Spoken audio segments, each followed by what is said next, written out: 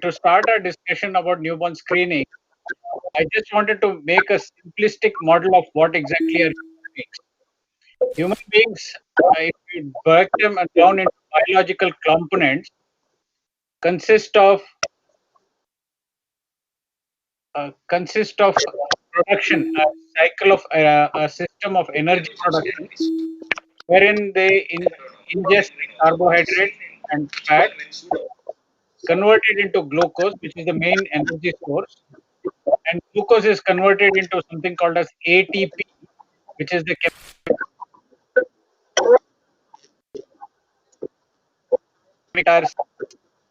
What does this power? It powers a construction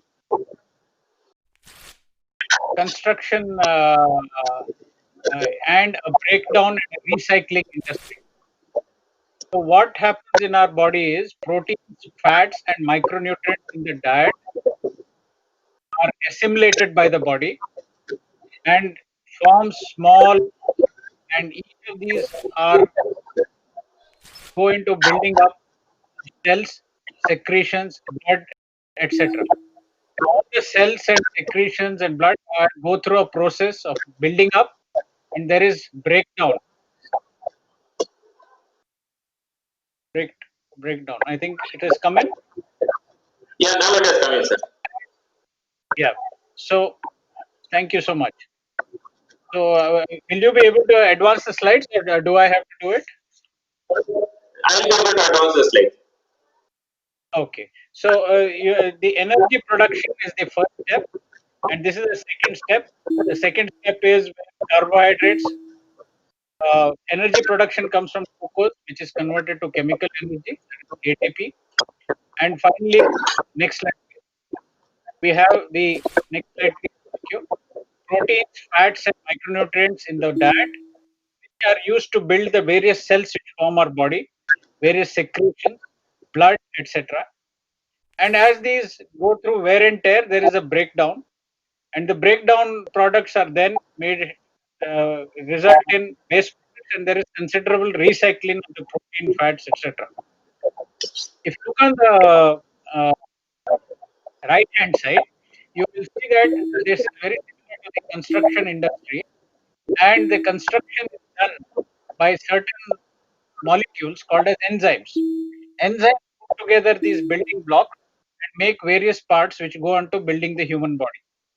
And the supervisors for these construction workers called enzymes are usually the hormones. It's important to understand that it is a completely different process, step by step. It goes on, is continue day and night in our body.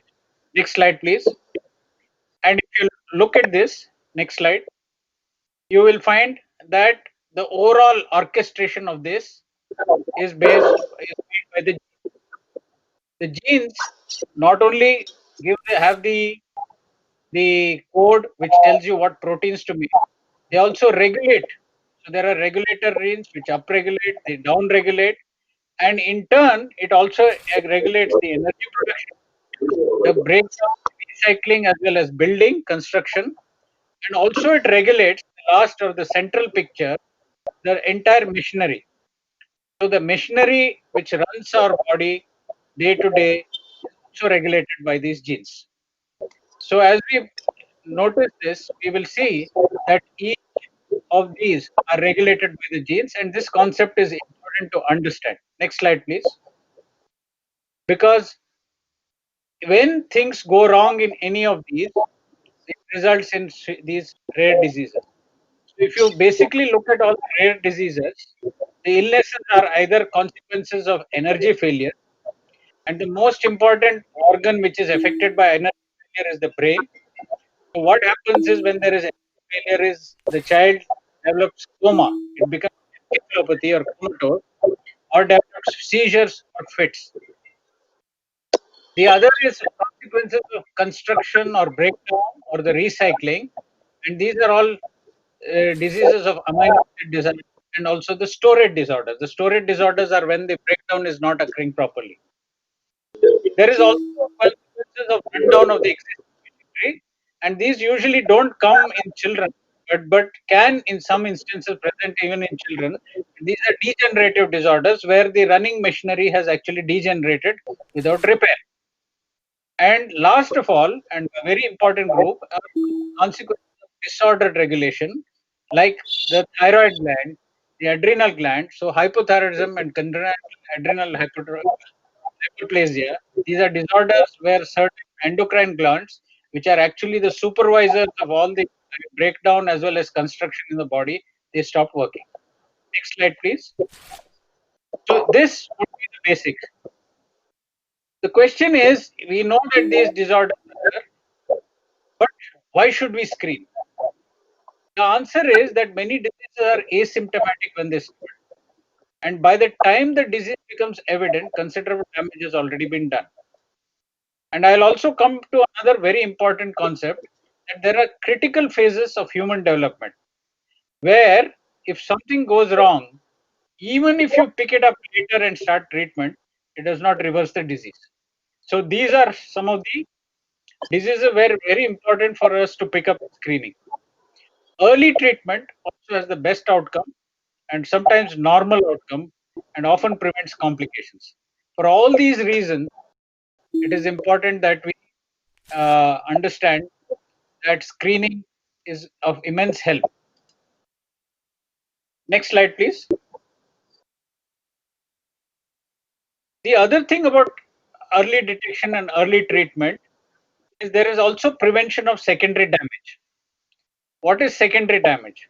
See, if you look at this figure on your right hand side, human beings are a complex interplay of nutrition, genetic factors, and environment which provides either enrichment or depravement. And all these affect the developing brain. And if you see on top, inborn errors of metabolism tend to disrupt this and affect the developing brain. And consequently, early detection is important to prevent the disruption of the brain. Next slide, please. And the second point is what are critical periods? The human brain development is goes through various phases where certain functions are required. And as you can see, in a very premature baby on the left lower hand side, brain almost has no gyri sulci. When it comes closer to about 35 weeks, the brain has folded in and it is only about 2/3 of what it will weigh, as you can see in the middle one. By the time the baby is born, there is a huge development in the brain. And this is just the structure. If you look at the graphs above, you'll see at various points of time, seeing, hearing, thinking, and myelination, and newer thoughts, memory, all these are acquired as we grow older. Now, the point is that these are critical periods in the development of the brain. And just say a baby has an insult during the part soon after birth, as an inborn error of metabolism, then that part of the brain which is supposed to later develop certain function may get affected. Next slide, please. So, due to all these reasons, we probably need to screen for these diseases soon after birth. Talking about newborn screening without really talking about Robert Guthrie is like missing out the father of newborn screening. Robert Guthrie was a physician and a bacteriologist, and he noticed that a certain bacteria, which called as Bacillus subtilis, would grow in profusion when there was a filter paper soaked in the blood or urine of a baby who would have PKU. And why was this? The babies with PKU had high levels of phenylalanine, phenyl pyruvate, and phenyl acetate in their urine and blood, and these bacteria grow well in their presence. This was the basis for forming the famous Guthrie test. He developed a simple, inexpensive screening test which he is holding in his hand, which showed, based on the area of bacterial growth, how severe the PKU illness is. So that meaning more the metabolites occur, more the bacteria grow, and that ring around that disc becomes bigger and bigger. So this was in 1961. He developed this, and this was converted into a Guthrie test, or the newborn screening test for PKU, and this was one of the first tests to be done on the newborns to pick up a inborn error of metabolism. Next slide, please. So, following this, there was a profusion of tests, and the World Health Organization took certain criteria, which are called the Wilson and Jugner criteria, and they said that we should screen for certain diseases if they fulfill these criteria. Number one was, of course, the condition is an important health problem, and early diagnosis benefits the baby. An accepted treatment should be available, and and facilities for confirmation, counseling, and treatment should be available. Suitable confirmatory tests should be available. The natural history of the condition should be well understood and should have a recognizable latent and early symptomatic stage. And of course, the costs of screening, confirmation, and treatment should be balanced against the overall costs of not screening. So now you know that these are the criteria that the World Health Organization employs to decide when to make a certain test, the screening test. Next slide, please. So the one condition which actually fulfills this is actually congenital hypothyroidism. It is very common in India. Some say the incidence is as high as 1 in 750. I'll come to that later. It has a very simple screening test, which is estimation of TSH. The intervention, the tablets of levothyroxine are very, very cheap, less than 1 rupee a day. And the thyroid respiration therapy by 15 days of age gives an excellent outcome and normal intelligence in the newborn. Next slide, please. So briefly, I'll talk about this. Many of you who are doctors probably know all this, but for some of the lay people, what is we should know is that the thyroid gland is controlled by a gland which you can see in blue, the pituitary, and which in turn is controlled by a part of the brain called as the hypothalamus. And through a complex feedback mechanism, all three, as part of an orchestra, decide that the thyroid gland produces the hormone which is called as T4 and T3 on your right hand side. This T4 and T3 is responsible for many of the metabolic processes all over our body, including maintenance of body temperature, heart rate, and so many other things. And this, in turn, has a feedback loop that too much hormone results in inhibition of the pituitary, which results in the thyroid gland producing less hormone, and so forth. So the thyroid gland is actually one of the leader glands, and is very, very important role is in the brain. Next slide, please. And next slide, please. And if you see what happens, just please go to the previous slide, the figure. If you see what happens, this is from the cells in the cerebellum of a baby. On the left-hand side, if these cells have a normal level of thyroid hormone, you can see how the brain cells develop. And on the right side, if there is another baby who does not have a functioning thyroid gland, you can see how nerve cells have not developed.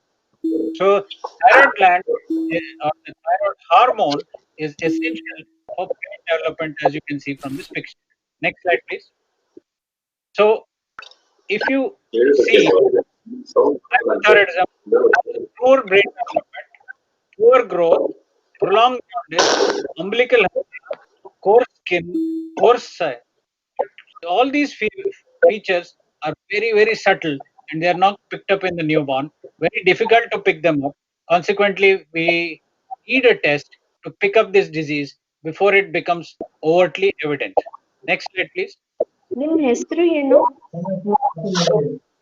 The Okay, congenital ನೀವು hypothyroidism has been is a worldwide thing. We don't know why it occurs very clearly.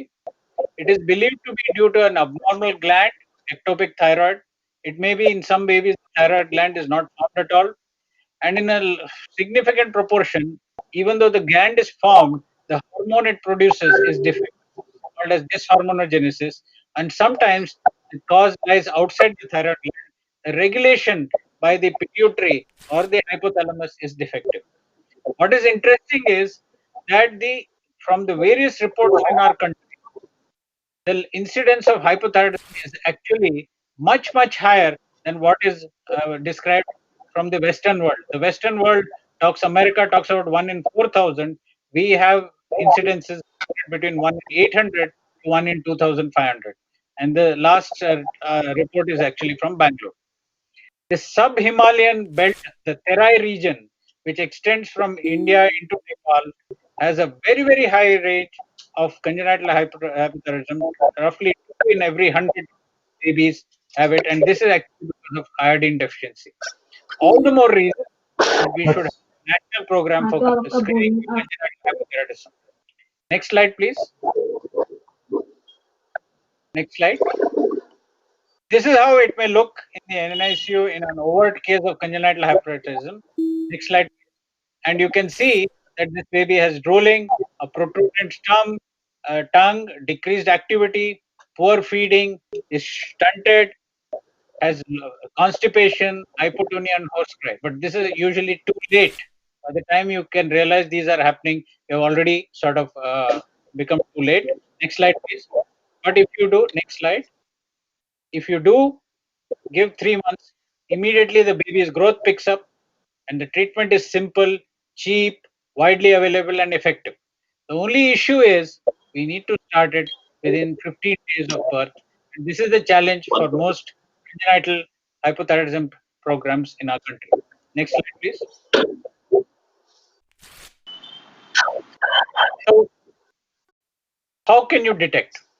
Newborn screening for hypothyroidism can be done on the cord blood and has been described from Vellore and in many centers in our country itself. You just have to collect a few drops on a filter paper and estimate the TSH. Technology is easily available. Both methods are followed in our country. Most of us follow the filter paper and we do it after birth along with the other diseases we screen for. But there are certain centers in our country which use the cord blood screening method. The cord blood screening method, however, cannot be used for other metabolic diseases because those need to have the baby's blood drawn after the baby has had been fed. Next slide, please. The other sort of newborn screening, this is the method we use. We use a filter paper, collect a few drops of blood, and this is used to analyze for most of the disorders, including congenital hypothyroidism. Next slide, please. Next slide. This is the flow chart we follow, and similar flow charts are there for various diseases. I won't spend too much time on it. Basically, the point I'd like to make on this slide is just doing the screening test is not enough. After the screening test, you should do the confirmatory testing, and after the confirmatory testing, try to establish what the cause in the baby is.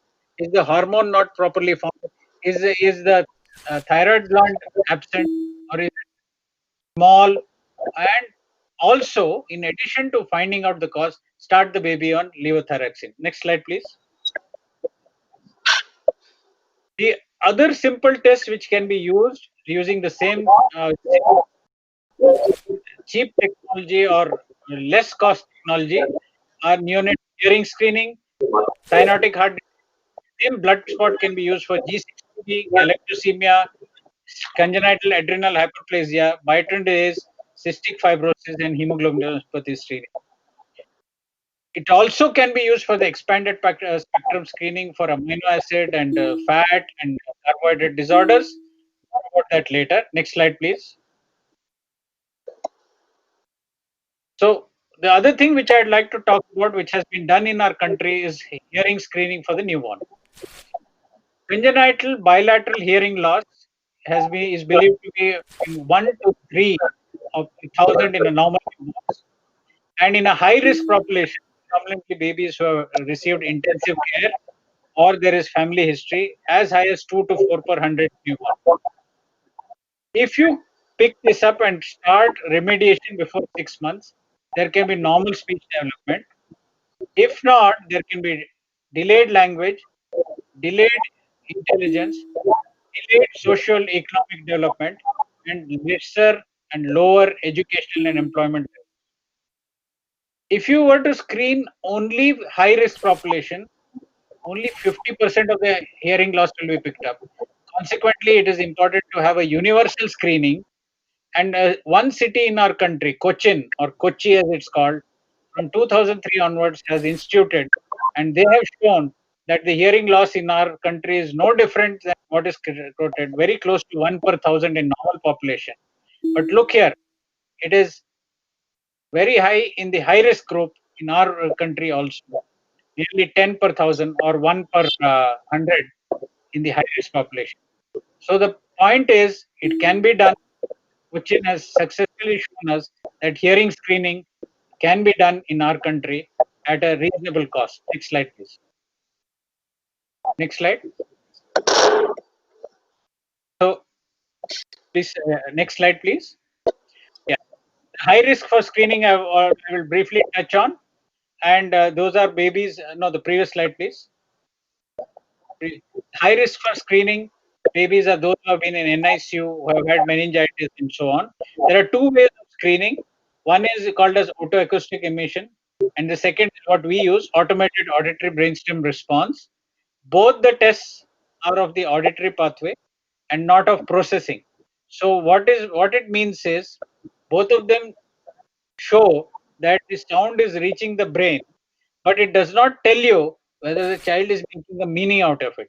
So consequently, even if a baby passes screening at birth, it may require retesting in a small proportion of population to find out whether the baby can really hear as you follow the baby up. The definitive testing is available. It's called as ABR or BERA, BERA, and this is available in most of the big centers in our country. And it's a test which involves doing what is called as testing whether the waves reach the brainstem. Next slide, please. This is how we do in our hospital. This is the equipment. It's just laptop-based test, so to say, with a special probe which picks up. And as you can see, left upper side is a baby whose left ear has passed, and if you see the lower one, it is the baby has not passed and is called refer. If a baby comes refer, we retest after a period of time, and then if the baby has again not, next slide please, passed, then this baby goes for definitive checkup.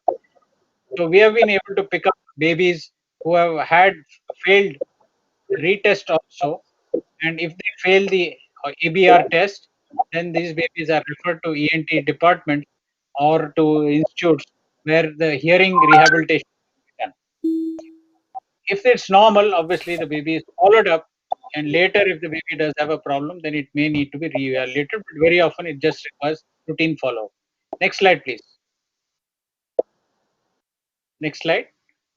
The problems with hearing screening are, one, the baby has to sleep, and if you try to do it early, there tends to be more false positives.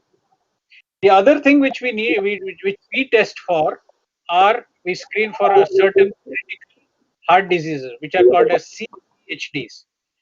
Most heart diseases are missed in the newborn period because even with the stethoscope, you may not hear a murmur. Some of them have catastrophic presentation, where the baby may come with in very bad state, and even after treatment, some of them don't recover. Many of these are treatable and are associated with normal outcome if we can pick them up before the baby comes in a very, very ill state. To name a few, TA, PVC, coarctation, etc. are there, and it helps to counsel the parent, especially if a baby has this, that the baby had this problem. And also, the incidence is not very low in our country. From various papers, it's close to 2 per 1,000 live births in our country, the incidence of heart disease. Pulse oximeter is a simple tool which has actually become famous because of the current pandemic. It's a simple tool, is universally available, and it can help pick up these cyanotic critical heart diseases. Next slide, please. What exactly do we do? If you can see, next slide. We use a pulse oximeter to measure the pulse saturation in the right upper limb as well as the one of the lower limbs. And when we do that, you can see that if the saturation has not crossed 95%, or there is a difference in between the two limbs of more than 3 to 5%, and these babies we need to investigate further. I think slides are not coming.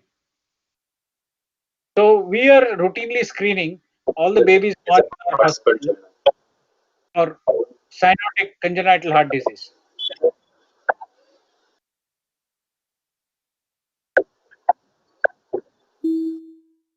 The slide has not come.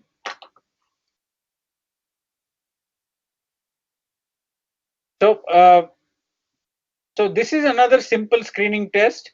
It is called as pulse oximetry screening for congenital heart disease.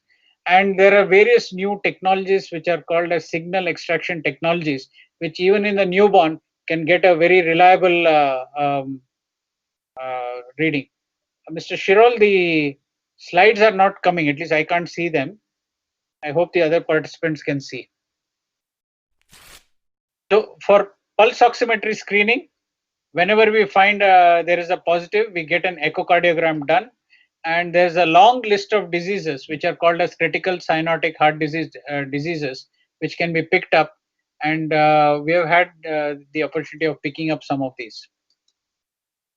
What is the data from India? There has been a report from Delhi where they have shown that the incidence of CCHD, as it's called, is about 1 in 1,000, and that actually matches the figures from our own hospital also.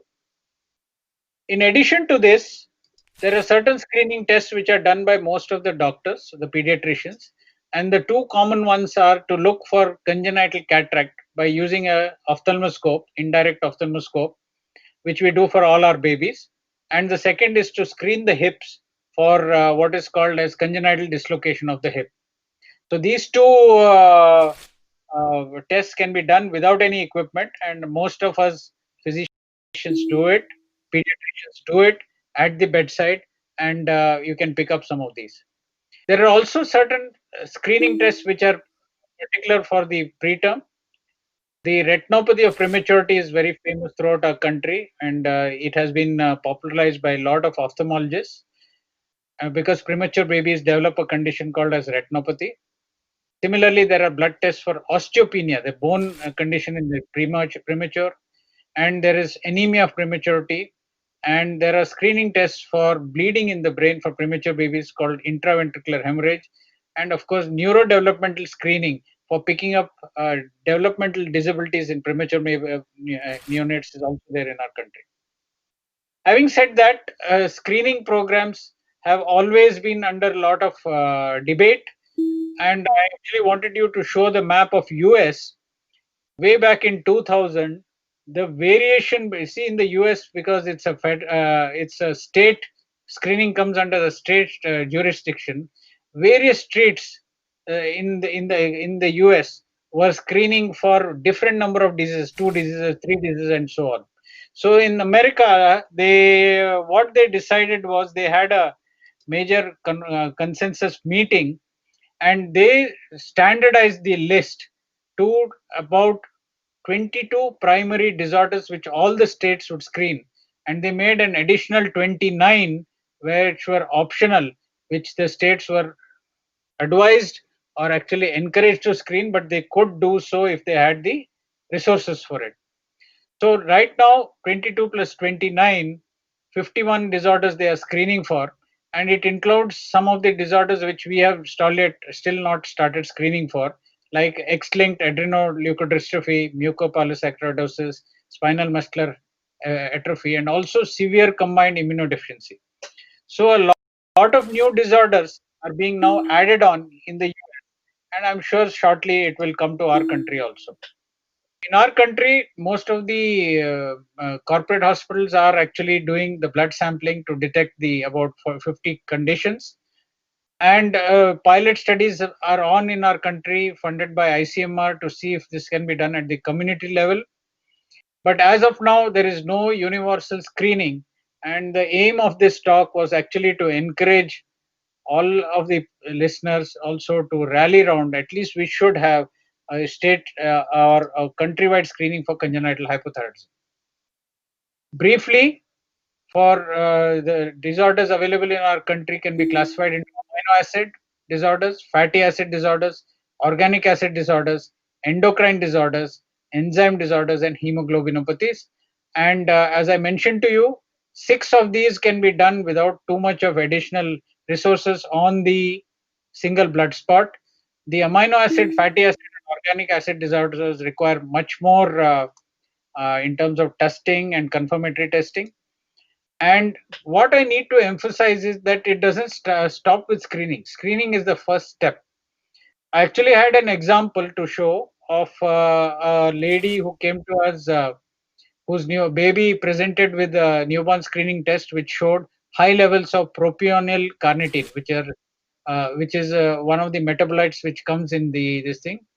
So when we started testing the baby, what we found was this baby had low vitamin B12 deficiency.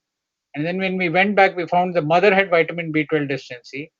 And what we did was we gave the mother and the baby vitamin B12 in therapeutic doses. And lo and behold, the test reverted back to normal. So it is important that when we do screening, we also realize that there are other disorders which can cause a false positive when we do a screening. So it is important that screening is the first step. There has to be a follow up, and there has to be confirmatory testing to find out really whether the baby has the disorder or is it something else. The other thing which I wanted to talk about is, because many people get excited when I talk about screening and say that we probably should screen for everything. But everything is a tall story. The reason is that these disorders, an average human being has 300 trillion cells, and each cell has 1300 enzymes. And unfortunately, some of these metabolic disorders are organ specific. Some affect the brain, some affect only the liver, some the heart, some muscles, and so on. So you can imagine how difficult it is to screen so many cells. Right now, we only have blood screening, but if we have to really screen for all the metabolic disorders, it probably require a much more complex process. So the other thing is that subtle disease, every disease can have a subtle form, and that may not require treatment. But if you discover it, you often don't know what to do about it. There is an overlap, especially in the newborn, because they can't tell you of common illnesses like infection, for example, which can mimic the newborn, inborn error of metabolism. The third is our country has limited laboratory facilities. Some of the tests for confirming are extremely expensive. Really don't have access to good reference laboratories where we can have a definitive answer in many of these conditions. We do have for some, but for many of these conditions, a reference laboratory is essential, and some of these are overseas. Now, if you take a family who has had a history of previous neonatal deaths, it becomes a little more different. The difference is here it's not just screening, we actually need to look at all the data and try to come to a diagnosis. Sometimes when there is previous neonatal death, the details are sketchy. And so we need to go on this current pregnancy, we need to get a look at the antenatal scans, we need to look at any clues antenatally, and after the baby is born, we examine the baby, and this baby needs a very detailed biochemical evaluation, much more than what the screening offers, and then may require specialized testing when we find then there are certain disorders are present or certain abnormalities are present. And finally, these babies require genetic testing if there is a disorder. And again, as I mentioned to you, we may need a reference lab, and especially if it's a rare disease or a disease which is less common in part of the country. So the other thing is, many people ask me, now there has been a genetic revolution, including in our country. Whole genome sequencing is available, and everybody talks that why not do the genetic sequencing so that the you just find out whether the baby has a abnormal gene, and then immediately tell the parents that this is there. And it sounds easy, but in reality, please go down, sir, for further few more slides. Mr. Shirol, just scroll down. This is actually much lower down. Genomics is what I'm talking about. So if you see the potential of screening for many more disorders is there, and if you look at it, the data which can be got by genome, yeah, that's the slide, thank you. If you look at it, the data on genomics you can get by analyzing the gene section is huge, but the problem is how to interpret this data, because I'll tell you the story of what is called as the PKU syndrome. The PKU, and when Robert Guthrie found the this test and made it so popular, and everywhere people started screening for it, there came about that they would pick up certain babies who had slight positivity on the test. The babies looked normal, did not have any obvious clinical signs to call it a disease, and yet immense amount of anxiety was generated in the parents who got worked out. It was called the PKU anxiety syndrome, saying my baby has got PKU, what should I do? So the point which the PKU anxiety syndrome taught us was, even if you have a disease, not the disease has a spectrum, and not all people who have the abnormal gene or have the biochemical profile manifest with the severest form of the disease. So there may be many people who may have mild disease and may live their entire life not knowing whether they have the disease or not, and they are perfectly well. But making them aware that they have the disease is going to be is going to create immense amount of anxiety, expenditure, testing, retesting without really achieving much result. In fact, some of the opponents of newborn screening actually tell this, that if they have the PQ, you may create more anxiety rather than solving problems by screening. Having said that, I think in summary, congenital hypothyroidism screening should be there. It is a preventable cause of mental disability. The disorder is common, test is simple, and the children can be normal. The next step probably should be to have universal hearing screening. And the third is pulse oximetry screening for critical cyanotic heart diseases. And the next, probably the six simple disorders which can be picked up by blood spot screening: CAH, galactosemia, G6PD deficiency, hemoglobinopathy, cystic fibrosis, and biotinidase. Metabolic disorders should come last, and genomic screening still needs to be explored in full. We don't understand all the genes, still lesser. We don't know how to counsel if the baby has a mild form, and so I think that will have to wait for the future. May I have the last slide, please? So the take-home message is, my friend, I'm extremely sorry for the technological thing. We need newborn screening. We need to screen for preventable diseases. We need, if families have history of neonatal death, they need much more detailed workup, not just screening. And detailed biochemical and genetic workup is available in our country, but it's not easy, is sometimes costly, but now more and more avenues are opening up, and sometimes and many times we are now able to provide answers to these families. Thank you all for a patient hearing.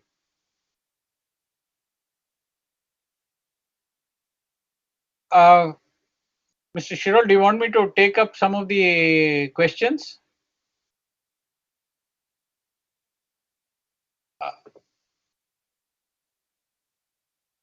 I would start with the Dr. Rashid Barshan's comment that it's important to include obstetricians in all these talks. Eradication of so many neonatal diseases has been achieved only because of gynec cooperation, i.e., Rh disease, tetanus, syphilis, HIV. I couldn't agree with you more, sir. I think all doctors need to be educated about screening, and more people know about it, the better is the impact. And I totally agree with you, sir. Uh, how do you define high risk babies? I think this is with reference to asked by Dr. Surendra Babu. Uh, we define as those babies who have had meningitis, infections, or those who have had certain features which suggest that the babies may have a hearing deficit, like anomalies in the face region. We call it craniofacial anomalies. So these would be the high babies. Babies who have had significant illnesses, babies who have been in NICU, babies who have had certain uh, medicines which can affect hearing would be in the high risk category. Hello Yes, please. Hello doctor शिनय, आवाज आ रही है मेरी? हाँ, आ रही है। Doctor शिनय, बोलिए। आवाज? हाँ, नमस्कार, मैं विकास भाटिया हूँ डॉक्टर साहब। नमस्ते भाटिया जी, नमस्ते, बोलिए। हाँ, आपने बहुत अच्छी स्लाइड्स दिखाई और जहां तक मैं समझता हूँ कि न्यूबॉर्न स्क्रीनिंग एक यूनिवर्सल प्रोग्राम है, न कि कोई एक सिंगल टेस्ट है। तो जैसे आपने अभी सीएच के बारे में बताया, पेनेटल हाइपोथायरॉयडिज्म के बारे में बताया, आपने हेयरिंग के लिए बताया, आपने G6PD के लिए बताया, आपने गैलेक्टोसीमिया के लिए बताया और पल्स ऑक्सीमेट्री टेस्ट के लिए बताया। तो मेरा सबसे पहला सवाल यह है कि अभी तक ये हमारी कंट्री में यूनिवर्सल क्यों नहीं हो पा रही है? क्योंकि अगर हम नंबर वाइज काउंट करते हैं तो सीएच के हम लोग डेटा वाइज मानते हैं कि 27,000 बेबी हर साल आते हैं। हेयरिंग लॉस से भी हम लोग मानते हैं कि अराउंड 30,000 बेबी हर साल आते हैं। जो आपने पल्स ऑक्सीमेट्री टेस्ट बताया उसमें भी अराउंड 25,000 बेबी हर साल आते हैं। उसके बावजूद भी हमारी कंट्री में ये यूनिवर्सल क्यों नहीं हो पा रहा है? एज ए प्रोग्राम क्यों नहीं ये लागू हो पा रही है? बहुत रिलेवेंट क्वेश्चन है, इसीलिए तो ये टॉक मैं दे रहा हूँ कि जितने हो सके, जितने लोग इसमें मिल सके, हाथ मिलाएं, हाथ जुड़ाएं, गवर्नमेंट के ऊपर करें, क्योंकि अगर यूनिवर्सल करना है तो it has to be governmental level, जैसे बाकी विदेश कंट्रियों में हुआ है। Only a government can mandate it to be done on a universal level. और मेरी तो यही प्रार्थना होगी कि जो भी लिसनर्स में कोई भी पॉलिटिक्स में हो या इसमें हो, दे शुड रेज दिस कि क्यों नहीं ये हम कर रहे हैं, we should do it in our country. बिल्कुल ठीक है डॉक्टर साहब। इसमें एक और बड़ी बात है कि सबसे पहले हमें गायनीज को इसमें इन्वॉल्व करना पड़ेगा। जिस तरह से वो डाउन सिंड्रोम के लिए सेंसिटाइज करती हैं पेरेंट्स को कि हमें डाउन बच्चा नहीं चाहिए और ये फर्स्ट मार्कर या सेकंड मार्कर बहुत जरूरी है, उसी तरह से वो they should inform at least parent too. इस तरह का कोर पैनल भी बच्चे के लिए बहुत ज्यादा इंपॉर्टेंट है और हम बच्चे की लाइफ को सेव कर सकते हैं। आपको लगता है कि गायनीज को इन्वॉल्व होना चाहिए इसके अंदर? बिल्कुल बिल्कुल बिल्कुल बिल्कुल, गायनेक से भी होना चाहिए, ऑल डॉक्टर्स को होना चाहिए, जितने हेल्थ केयर वर्कर्स हो उनको भी पता होना चाहिए। जितने ज्यादा लोगों को पता हो उतना ही बेटर है जी, क्योंकि अभी आपने जो हाई रिस्क, अगर किसी और को क्वेश्चन लेना तो डॉक्टर साहब ले लेने दीजिए, मैं बाद में क्वेश्चन पूछता हूँ आपसे, please. Please go back.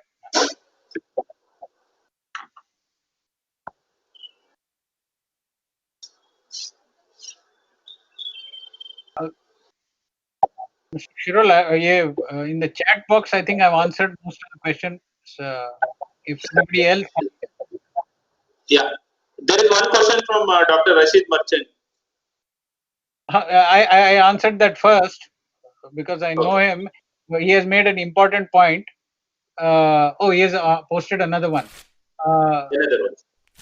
Another one, Dr. Rashid Merchant says, most importantly, thalassemia. Obstetrician don't see these curves soon after birth. A simple CBC in parents pre-delivery, pre-pregnancy, a very low CMV and MCH, high RBC and Mentzer's index below 13 is a red flag, and a HB electrophoresis must be done. Excellent point, sir. In our own hospital, we are suggesting we screen for thalassemia right in the antenatal period, and I totally agree with you. Probably in the first trimester itself, this screening should be done using the RBC indices and or the hemoglobin electrophoresis. Especially certain parts of our country have a disproportionate high level of beta thalassemia and also hemoglobin E disease. And I totally agree with you. I think they should it should become part of screening early in pregnancy itself.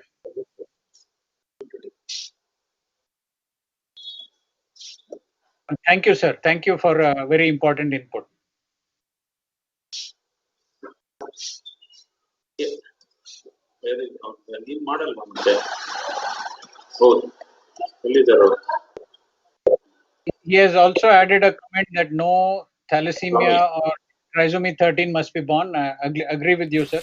None of the trisomies, and for that matter, thalassemia also should be born in our country. I believe certain countries have achieved this, like Cyprus, I'm told, where they have have universal screening and picking up thalassemia carriers much in the early trimester of pregnancy itself.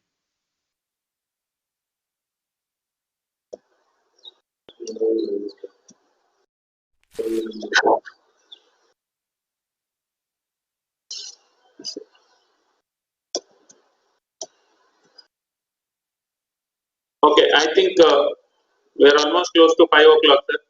If there are any question, participant will post it and then I'll come back to you. I'm extremely sorry. Right. In between there are some related issues, Wi-Fi issues at our end. I don't know. Half of the presentation was not seen by the participant. I'm extremely sorry. I think at least in future we'll hope to make it better. So there is one question from Madhulika. Do we need, the last question is, do we need NBS for full-term babies? I think all babies require it. The idea of universal screening is all babies require it. I think all babies should be subject to screening, because if you pick up these disorders, you can do a lot. And sometimes, especially in congenital hypothyroidism, congenital adrenal hyperplasia, many of these conditions, the baby can have a normal life if you pick it up early rather than when things are too late. So, yes, all babies require the screening, and premature babies require some additional screenings, which I have mentioned during the presentation. Doctor साहब इसमें lab की क्या importance है newborn screening के अंदर? जो newborn screening lab जो testing करती हैं उनकी क्या इंपॉर्टेंस है? क्योंकि अभी तक जितना भी हमें दिख रहा है कि शायद लैब बहुत अच्छा इंटरवेंशन नहीं दे पाती हैं, जिससे न केवल आप जैसे ट्रीटिंग डॉक्टर भी डिस्टर्ब हो जाते हैं और पेरेंट्स भी बहुत ज्यादा एंजाइटी में आ जाते हैं। वेरी वेरी गुड पॉइंट आपने जो बोला। देखिए क्या है कि in the new blood spot checking, this thing, the lab is crucial, क्योंकि ब्लड स्पॉट में से 75 माइक्रोलीटर्स ब्लड लिया जाता है जी, और उसके these estimations are carried out. So इसके कारण क्या है कि even if there is a minute change in the dilution or in the methodology, it has an enormous impact on the result. So the lab is very, very crucial. The technology as well as the lab doing it has to be good. It has to be standardized. And the second problem is that Bhatia ji, ki we need confirmatory testing. Confirmatory testing is even difficult to get. So we need excellent labs. In fact, जहाँ भी whoever I meet who's a little bit in power, मैं तो यही request करता हूँ कि we should have a national reference lab where whenever any patient with any lab related this thing diagnosis has a doubt, they should be able to send the sample and verify कि सच्ची में ये report सही है या नहीं है. And unfortunately, we don't have a national reference lab. Until we have it, then it always will give newborn screening a bad name, especially when you get borderline reports. Yeah, reports are out of sync with the clinical picture. Doctor साहब मेरा एक question और है इसमें कि जो genetic counsellor हैं उनकी भी बहुत बड़ी इंपॉर्टेंस है। जैसे अभी डॉक्टर रशीद ने थैलीसीमिया की बात करी अभी उन्होंने, तो मैं आपको बताना चाहता हूं कि जैसे एक सोशलाइज में जब ये पता लगता है कि इस फैमिली में थैलीसीमिया का बच्चा है, तो हमें इस फैमिली में आगे मैरिज ही नहीं करनी है, कोई कनेक्शन ही नहीं रखना है। ये एक बहुत बड़ा सिग्मा है पेरेंट्स के ऊपर कि थैलीसीमिया कई बार बोलकर और हमारी बच्चों की मैरिज नहीं होती है। और ये बहुत सिंप्लीफाई है कि अगर कोई थैलीसीमिया माइनर है और अगर वो किसी थैलीसीमिया माइनर से शादी करता है, तो पहले भी टेस्ट हो सकता है कि अगर कोई थैलीसीमिया माइनर नहीं है और वो किसी और फैमिली में संपर्क करता है तो थैलीसीमिया बच्चा नहीं आने का चांस है। तो ये बहुत बड़ा सोशल सिग्मा हम लोगों के ऊपर आता है। तो क्या जेनेटिक काउंसलर का कोई इंपॉर्टेंस है इसके अंदर? बहुत है, आपने बहुत सही बोला, 100% सही बोला। जेनेटिक काउंसलिंग का भी बहुत इंपॉर्टेंट है। एक्चुअली पूरे न्यूबॉर्न स्क्रीनिंग में counselling is very very important. And if it's a genetic disease, you need genetic counselor. Agar it's a non-genetic disease, then you need the doctor to explain to the family ki this is not something, the mistake that you have done, this is which happens, and this is how you can look forward and manage it. Both Thank you. important. Thank you.